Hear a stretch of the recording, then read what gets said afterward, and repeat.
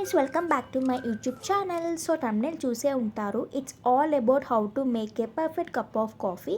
So నేను ఇక్కడ continental coffee powder use చేస్తున్నా. మనకి ఇష్టమైన పౌడర్స్ యూస్ చేయొచ్చు, like Bru, Nescafe, Sunrise ఏదైనా యూస్ చేయొచ్చు. నెక్స్ట్ వచ్చేసి షుగర్. సో షుగర్ అవాయిడ్ చేసే వాళ్ళు బెల్లం పౌడర్ కూడా వేసుకోవచ్చు. నెక్స్ట్ కప్ తీసుకొని నేను కాఫీ పౌడర్ అయితే వేసేసుకోవాలి.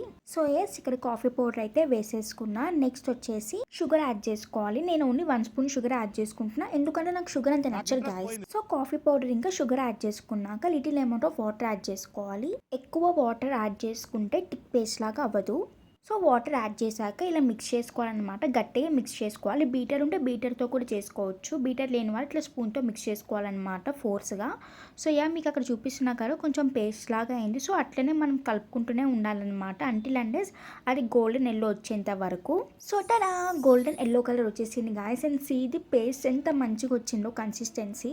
సో నెక్స్ట్ ఇంకా మిల్క్ పోసేసుకోవడమే. నేను ఇక్కడ హాట్ మిల్క్ పోసుకుంటున్నా. మీకు కోల్డ్ మిల్క్ ఇష్టం ఉంటే కోల్డ్ మిల్క్ కూడా పోసుకోవచ్చు, బట్ నాకు అంత కోల్డ్ నచ్చదు కాబట్టి హాట్ మిల్కే పోసుకుంటున్నా. ఇంకా మిక్స్ చేసుకొని తాగేయడమే. But trust me guys, taste మాత్రం చాలా బాగుంటుంది.